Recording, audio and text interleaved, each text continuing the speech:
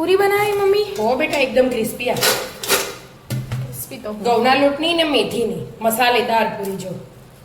મેથીની મેથીની એકદમ ક્રિસ્પી અને અંદરથી સોફ્ટ સોફ્ટ એવી મસ્ત મજાની. કેવી રીતે બનાવી? હેડ શીખવાડ્યું તને હેડો.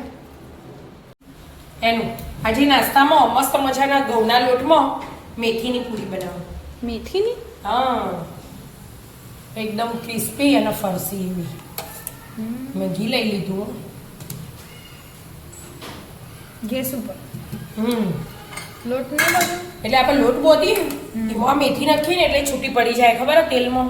આ છૂટી ના પડે ને એવી રીતે બનાવવાની. બરાબર. ઘી ગરમ થઈ ગયું એટલે આપણે અમે મસાલા કરવાના પૂરીમાં. એ જીરું અમો એડ કરી દેવાનું.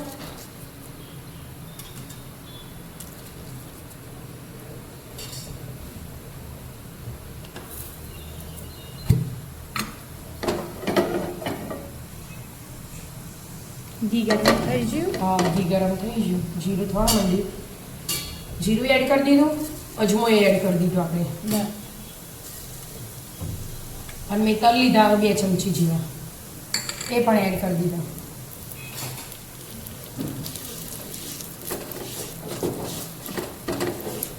અને આ મેથી ધોઈને તૈયાર કરીએ ને મેથી એડ કરી દેવાની. પાણી વાળી હતી એટલે એટલે તો થોડી થોડી થઈ ગઈ જુઓ તો એ અવાજ તો આવે.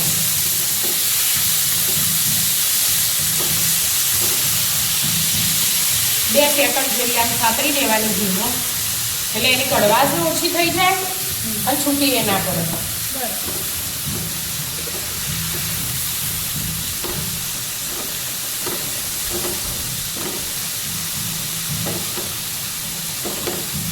કેટલી થઈ ગઈ એકદમ તો મોટી મોટી સમાર દેવાની. બહુ ઝીણી ના સમારવી પડે. અને આમ આપણે પૂરીમાં એકદમ ઝીણી ઝીણી સમારવી પડે. આ મસ્ત થઈ ગયું. અને ગ્રીન કલર એ રહે કાળી ના થઈ જાય. આ ગેસ બંધ કરી દીધો મેં. ઠંડી થવા દો. હા આ ઠંડી થઈ જાય. હવે લોટ 2 વાટકી જેવો ઘઉંનો લોટ લઈ લીધો મેં. આ મોટી એટલે એનું અડધું થાય ને. આજે વાટકી 2 વાટકી લોટ લીધો એટલે એના ચોથા ભાગની સોજી લીધી ઝીણી એટલે એકદમ મસ્ત ક્રિસ્પી થાય. બરાબર. એટલા માટે સોજી ના નાખવી હોય ને તો આપણે થોડું મોટું પૈડેલું આવે ને કંસારનું શીરાનું એવું અડધી વાટકી એડ કરી દેવાનું તો એ ચાલે. હવે સ્વાદ પ્રમાણે મીઠું.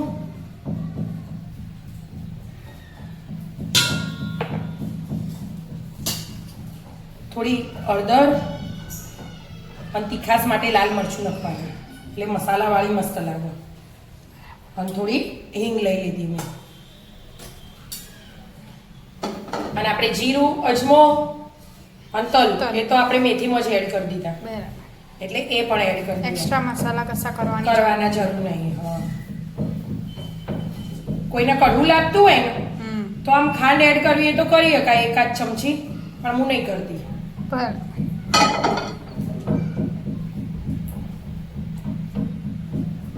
હવે આમાં તેલનું મોણ લઈ લેવાનું.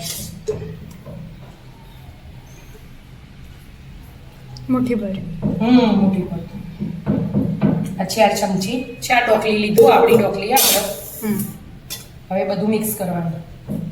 આ ગરમ હોય ને આપણે એટલે બધું મિક્સ કરીએ એટલે ગરમમાં ગરમ થઈ જાય એટલે તેલ ગરમ કરવાની જરૂર નહીં. બરાબર. આમ તો આપણે એકલું આ મેથીને શેકીએ ને તો તેલ ગરમ કરીને એડ કરીએ પણ મેથી ગરમ એટલે ચાલે.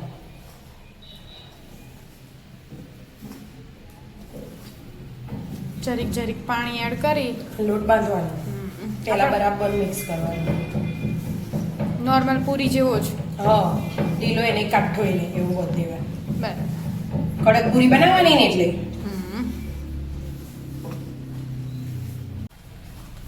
મસ્ત બંધાઈ ગયો. હવે બેટા જો નહીં કાઠો નહીં ઢીલો એવો મસ્ત બધું ફટફટ પૂરી વણતા ભાવે ને એવો.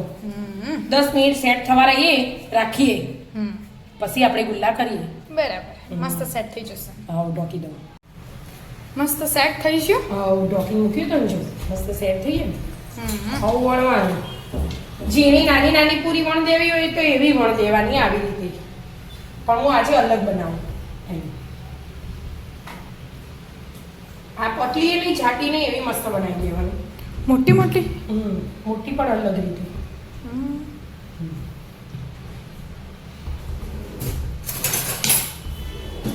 ફટાફટ રોટલી વણ દેવાની.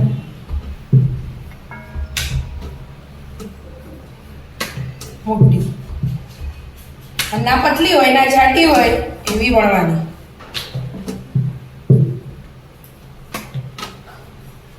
જાડી ના રહેવી જોઈએ નહીં તો મજા ના આવે.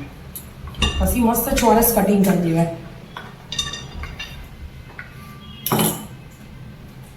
આ રહેવા દેવાનું નહીં એ પછી એનું કરીશું આપણે સેટિંગ.